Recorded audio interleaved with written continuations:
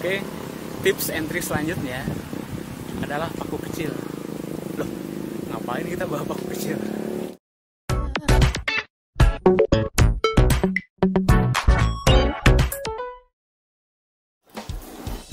Halo, selamat pagi Cianjur.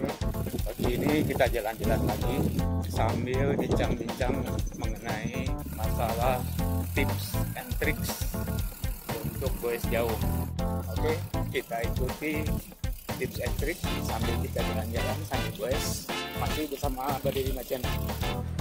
Oke, kita mulai perbincangan kita mengenai tips and trick untuk goes jauh. Yang pertama, tips and trick adalah checklist. Dan checklist ini berguna untuk mengingat apa saja yang harus kita bawa, apa saja yang memang telah kita bawa. Kemudian checklist ini berguna juga untuk mengenali di mana sih posisi barang tersebut disimpan. Apakah misalnya disimpan di panir belakang, panir depan. Jadi checklist ini juga berguna untuk mengetahui posisi barang yang disimpan di tas mana. Misalnya perlengkapan untuk baju ganti dan perlengkapan tidur, itu apakah di posisi bag belakang, kiri kanan, atau bag atau panir di depan, atau di kiri atau di kanan. Jadi checklist sangat berguna untuk sebagai alat bantu, karena kenyataan di perjalanan, apalagi kita sudah lelah, sudah tidak konsentrasi, itu akan sangat menyulitkan untuk kita mencari barang-barang yang memang telah kita susun rapih di tas kita. Tapi kalau dengan bantuan checklist, kita tinggal melihat aja apakah bisa di catatan kecil, apakah bisa di smartphone kita catat, atau bisa dicatat di aplikasi di ini ya, aplikasi ini yang saya kasih tahu. Itu bisa di download di Play Store. Itu sangat memudahkan untuk mencatat checklist kita. Jadi oke, itu pertama checklist ya. Yang kedua adalah membuat identitas diri. Jadi kita harus membuat identitas diri. Apakah itu berbentuk name tag, berbentuk plakat yang disimpan di bag kita, ataupun berbentuk kalung, atau berbentuk gelang. Itu ada di marketplace ya, jualan. Itu kita bisa bikin di situ, yang isinya adalah nama kita, kemudian alamat, golongan darah. Yang terpenting adalah nomor HP yang bisa dihubungi, apakah itu istri kita, anak kita, atau kerabat kita. Kenapa kita harus membuat semacam identitas diri dalam perjalanan jauh? Karena perjalanan goes itu sudah masuk kategori petualangan. Jadi segala kemungkinan bisa terjadi.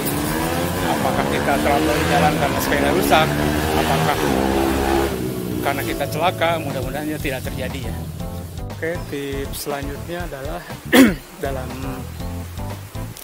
goes jauh kita membawa foldable day pack ataupun ransel kecil atau day pack yang bisa digulung sehingga packingnya kecil, sebesar gelas lah. Apa keuntungan kita membawa foldable day pack ataupun day pack lipat? Ini suatu saat kita akan berguna saat kita akan ada keperluan ke toilet, ataupun kita mau sholat di masjid. Tentunya sepeda ditinggal, banyak barang-barang berharga. Jadi barang-barang berharga itu kita bisa masukkan ke dalam foldable day pack. Kemudian kita packing HP, kemudian power bank, dompet, bawa masuk ke dalam masjid. Cara sepeda ditimpa di luar masjid, kemudian dikunci, dan barang-barang berharga kita bawa melalui foldable daypack.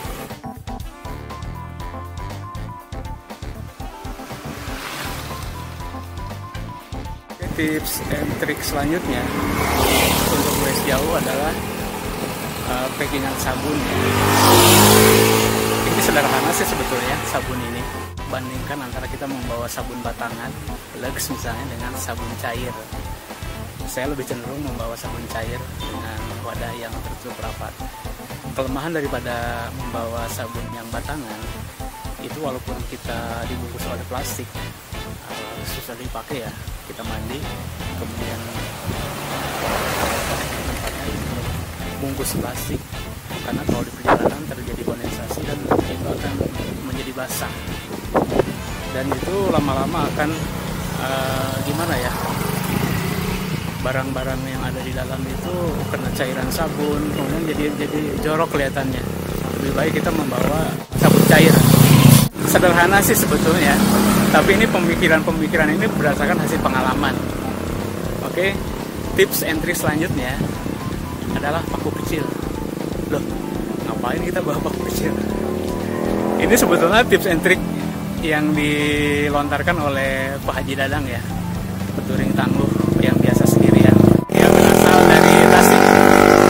Jadi Kang Dadang itu, Kang Haji ini, dia membawa paku gunanya untuk ketika dia misalnya ke toilet, baik yang toilet umum maupun toilet masjid, itu kebanyakan tidak ada gantungan baju, sehingga merepotkan saat kita mandi. Mau disimpan di luar, keamanan tidak terjamin. Mau digantungkan, tidak ada paku. Mau didekap sambil mandi, tidak mungkin, ya, tidak mungkin. Jadi akhirnya buat inisiatif untuk membawa beberapa paku kecil, manakala kalau dia ada di toilet, jadi pakunya itu dipasang. Ya, mudah-mudahan dengan terpasangnya paku bisa menjadikan manfaat bagi orang lain, dan itu suatu amal. Itu adalah tips and trik yang selanjutnya. Oke, kita jalan lagi sambil kita jalan-jalan. Saya sekarang ada di pesawahan, sebentar lagi masuk ke arah Gebrom ya.